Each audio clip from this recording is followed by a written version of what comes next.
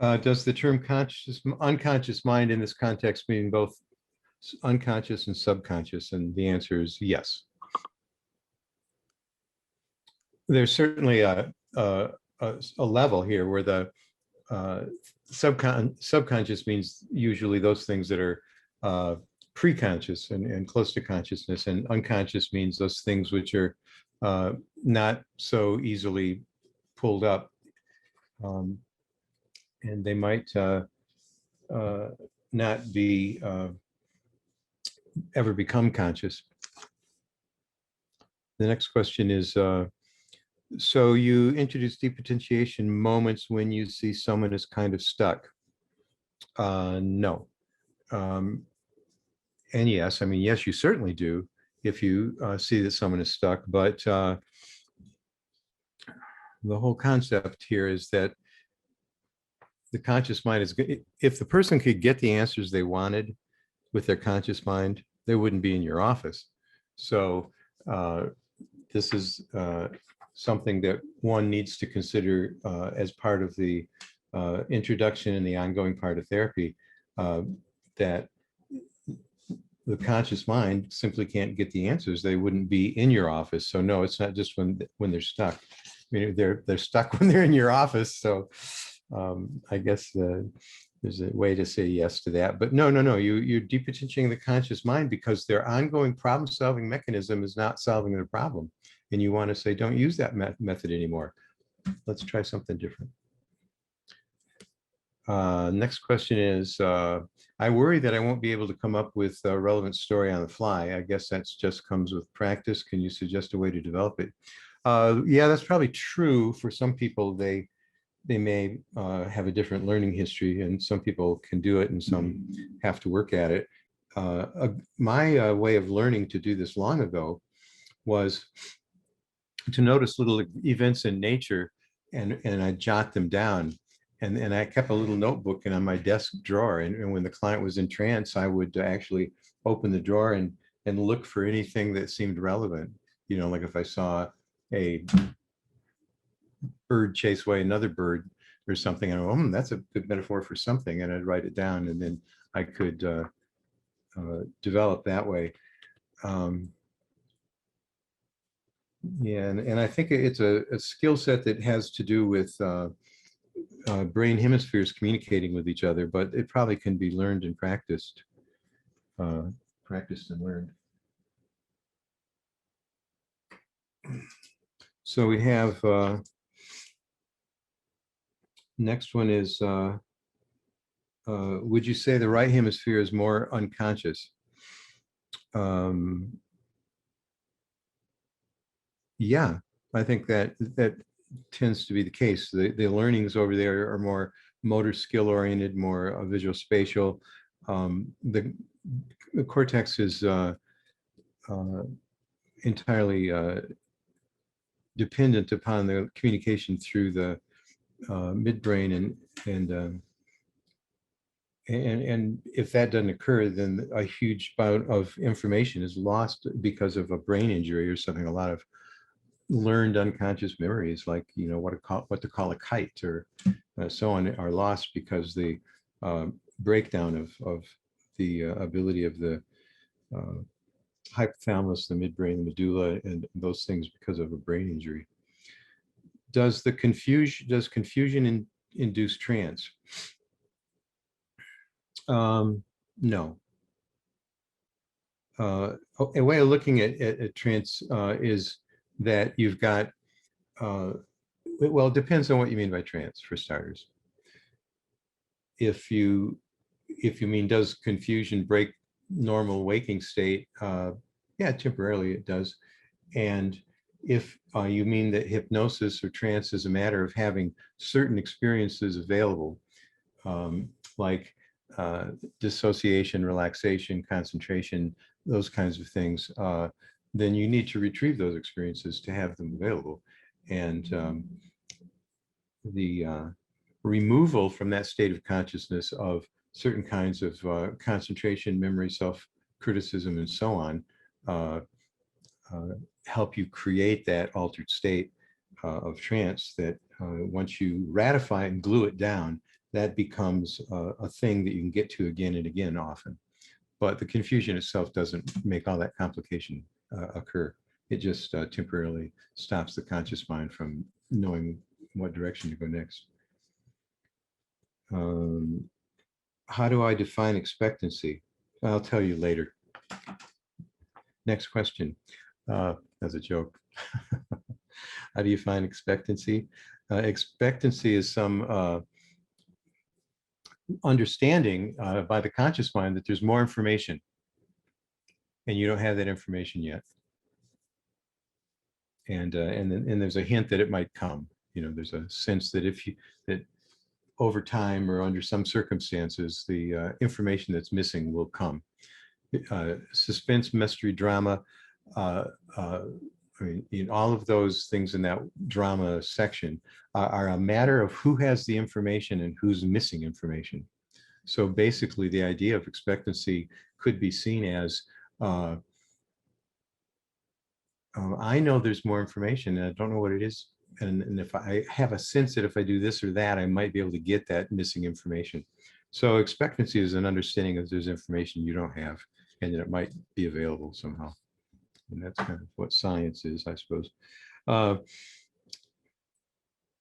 You're disturbing mental sets in order to elicit a creative moment. Well, yes. And disturbing them alone won't necessarily create a creative moment, won't elicit a creative moment, but that is why you're doing it.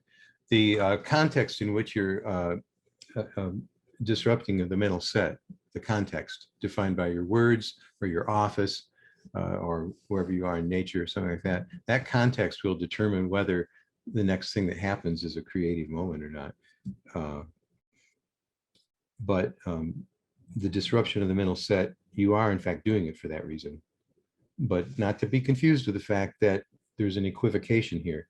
Disrupting a mental set won't necessarily get you a creative moment. You know, if somebody has the mental set disrupted because a Tyrannosaurus runs out of the bushes and tries to eat them, that will disrupt your mental set, but it won't necessarily make you creative. It might make you lunch. I notice that the horse story stopped and then you returned to the dialogue. Is that the kind of stopping and starting intermittentness a tool to be leveraged here? Yes, that can be done. If I understand the question correctly, I can go back to altered states of consciousness and how you form them and come back to answering this question and go back to altered states of consciousness and how you form them. That starting and stopping in that manner will be a tool that can be leveraged. Absolutely. It's what parents do when one of them says, have you done your homework yet? And the other one says, come to dinner right now. And the first one says, you have to do your homework yet. And the other guy says, no, you got to come to dinner right now. Or have you mowed the lawn yet? Can't until you mow the lawn, you can't do your homework, or, you know, et cetera. The parents are communicating different stories intermittently. And that definitely is a method that is used to do the parental hypnosis that occurs intermittently in a house, in a family of origin.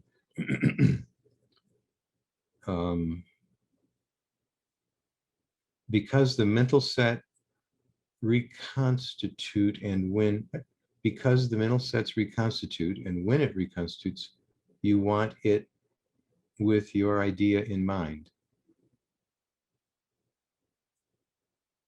I don't think so.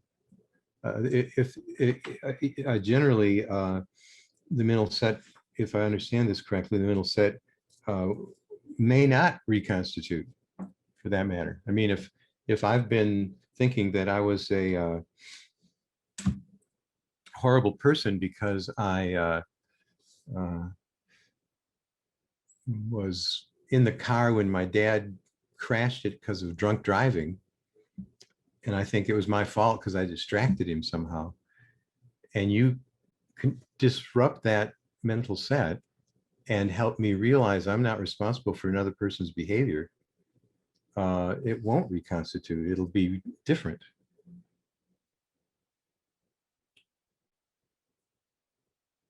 If it has a new idea in mind, it won't reconstitute the same way. So maybe it's just semantics, but that's a good answer, I think. Um, I have a client who was the driver of a rollover accident with PTSD. He's terrified when the since he'll lose balance in the car when his wife leans against him on the couch. Would you work with him using techniques you have just taught? Oh, absolutely. I read about interlocking metaphors, multiple embedded metaphors, uh, but they can be used while the person is conscious. Can they be used when the person is conscious? Yep, absolutely.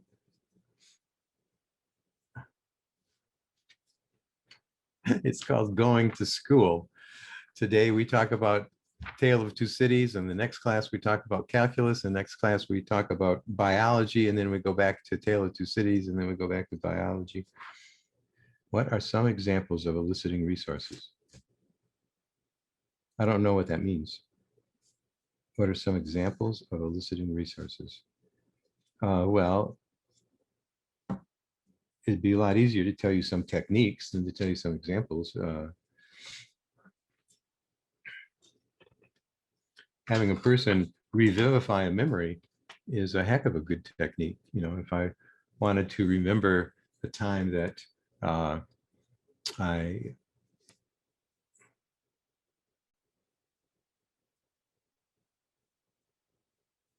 well, I don't know what they mean. I mean, the examples of eliciting resources is way too vague. There's a bazillion resources, and there's a half a bazillion ways of techniques for getting there. An example of eliciting resources is having somebody remember the experience to the extent that they have the feeling for it. So it's revivifying a memory is probably the easiest way in trance. That might be what they're asking for.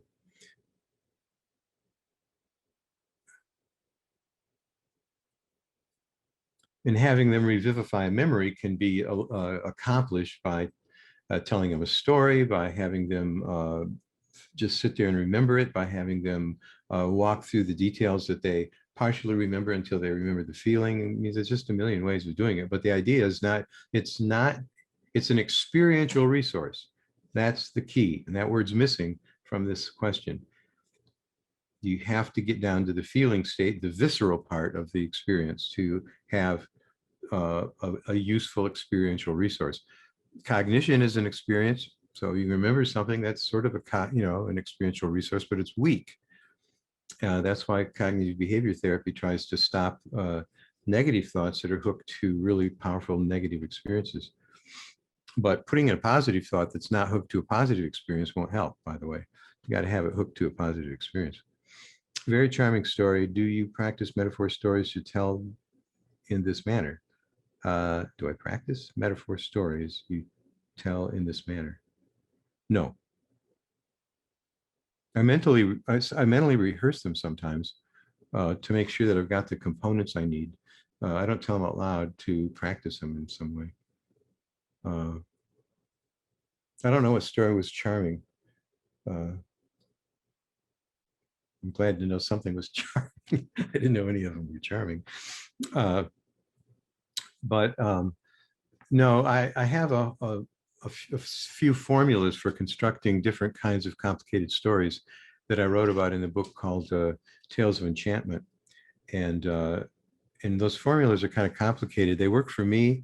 They'll work for anyone who learns them. But it's kind of it's too much to ask some people to learn these formulas. It's like asking them to learn trigonometry or something, and some people just have a resistance to doing that, I guess. But so I simply follow the formulas that I understand. If I want people to feel a sense of joy, I need two positive protagonists that are coming together quickly, like Lassie and Jeffy. And if I want two people to be sad, I need two people that are moving away from one another who once were positive in the relationship. And like in a story where somebody dies who was beloved, and that those are two examples of two formulas for emotion. So I don't really need to. I just need to set up the situation and then follow the idea that I've developed. in those books about metaphor. Tales of Enchantment. Are there more videos of your work that we can access to watch? Well, the foundation should have a bunch of them, actually, yes. But you've got to, the American Society of Clinical Hypnosis has a bunch of metaphors of mine, demos of mine too. You might have seen that at the bottom of a couple of those actually were from ASCH. And I don't know if non-members can watch that or not, but the Erickson Foundation has many, has several. What you can see behind me that's, maybe you can't see it.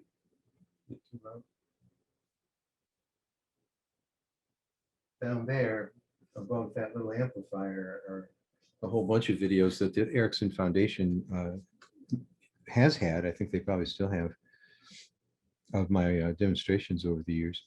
What if raising the issue will cause more resistance, even if she's relatively comfortable? Oh, I know what you mean in the video. Yeah. It won't, because the whole point is that we've stabilized this person's consciousness now at this point where it's like if there was a gallon of water and you dropped in a few drops of Kool-Aid, it'll be so diluted that it won't be Kool-Aid that you can taste, you know. And we've got a similar situation where we have so many positive resources that are stabilized now that and if something did happen, if I was wrong, you know, she had a memory that was so strong of her husband cutting his arm off or something, and I mentioned something about it, we'd see a reaction from her about the thing which I thought wasn't going to happen, and then we could deal with that. So you know, it's like I said, it's not a it's a ongoing interaction, and if the interaction takes the wrong turn, you change what you're doing to turn back. But the chances were very slim that her anxiety was that strong about it. It's a judgment call from your own experience and life, you know, life experience and therapy experience. Can you speak about bringing people out? Erickson hypnotists don't appear to count out like traditional hypnotists. Yeah, well, it depends. You do and you don't count. It's quite true. The thing to do is to simply be sure that you've gotten the person, and you probably should literally state, you know, to be returned to the room with full cognition and full emotional range and full behavioral range that you had before you went into trance.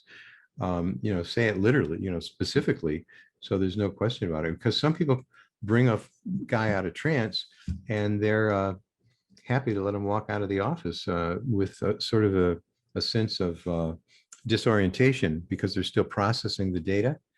You can tell people to process the data at home and when the context is correct and safe if they want to process it some more. But for now, come out of trance and so that you can safely move about in the world and make good decisions.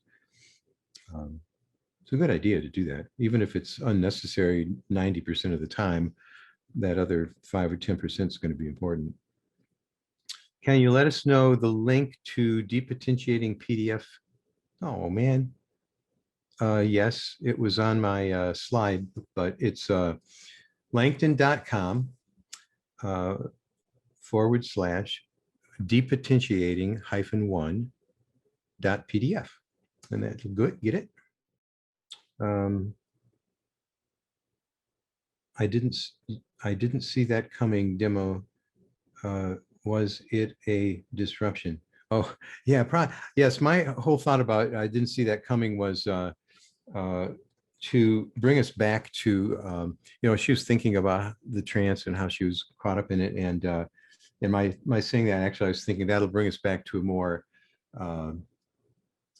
colloquial, in the room kind of joking situation and move a little bit farther away from the concentration about the fact she had amnesia, and in case that for two reasons. I mean, one, I wanted her to keep the amnesia if she had developed it, and two, I didn't want her to get caught up in ruminating about it.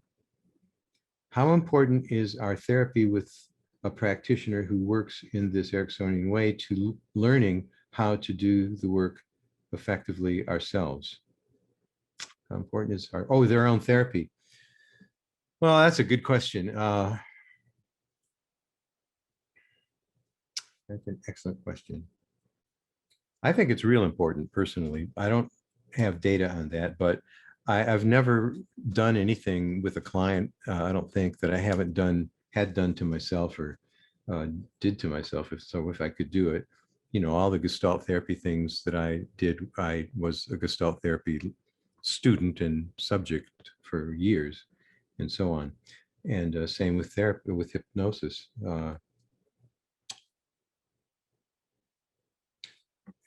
The problem is the old one of countertransference, that if I can make sure that I'm not approaching a situation with pre-judgment that is based on my own personal history and not based on a more objective or an open-minded history, then I'm going to bias the way the therapy goes. There's no question about it. That's countertransference. And the more you're not doing that, another thing to say here that it wasn't part of the question is that a person's probably more emotionally healthy if they're more comfortable with ambiguity, and they're probably less healthy if they're less comfortable with ambiguity. So just as a general rule, I would say that applies. Basically, the more rigid they are, the less flexible, the less healthy they're going to be.